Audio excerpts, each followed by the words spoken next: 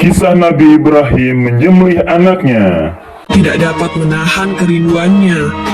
Ia pun berangkat ke Mekah dan bertemu dengan Hajar dan Ismail di padang Arafah. Anak dan istrinya itu sedang menggembalakan hewan ternak yang cukup banyak. Dalam perjalanan pulang ke Mekah, setelah menggembalakan ternak, mereka beristirahat di Musdalifah karena kelelahan dan akhirnya tertidur. Dalam tidurnya yang sebentar itu, Nabi Ibrahim alaihissalam mendapat wahyu melalui mimpinya.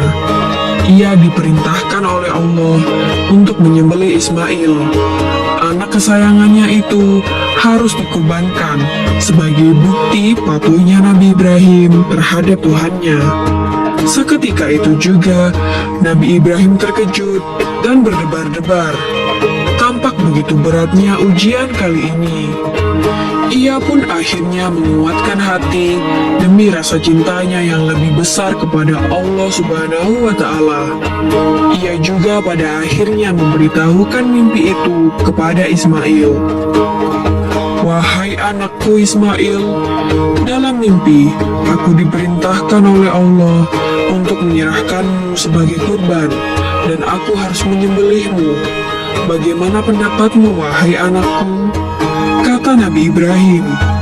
Ismail pun menjawab, wahai ayah, sekiranya itu perintah Allah, maka laksanakanlah apa yang telah diperintahkannya kepadamu. Aku akan tetap sabar dan ikhlas menerima cobaan ini. Dikisahkan iblis berusaha merintangi perintah Allah kepada Nabi Ibrahim. Berkali-kali iblis membujuk Nabi Ibrahim agar tidak melaksanakan perintah itu. Namun Nabi Ibrahim tetap melaksanakan perintah Allah, dan godaan iblis yang begitu dahsyatnya tak akan mampu menentukan ketaatan Nabi Ibrahim kepada Allah. Nabi Ibrahim membawa Ismail ke atas bukit. Di sana, Ismail mengenakan kain penutup mata, dan pedang tajam pun sudah dipersiapkan.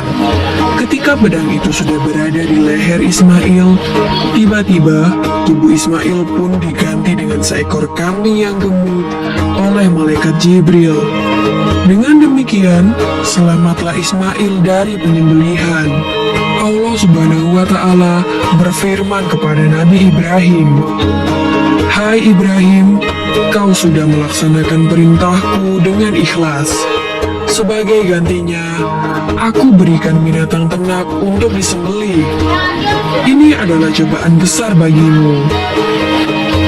Peristiwa itu terjadi pada tanggal 10 Dzulhijjah di Mina, dan sampai sekarang dirayakan seluruh umat muslim sebagai hari raya Idul Adha. Dan umat Islam yang melaksanakan ibadah haji juga dapat melakukan kurban di Mina sebagai penghormatan atas Nabi Ibrahim alaihissalam. Demikian kisah Nabi Ibrahim alaihissalam. Semoga kisah ini dapat mempertebal iman kita kepada Allah Subhanahu wa Ta'ala. Amin ya rabbal alamin.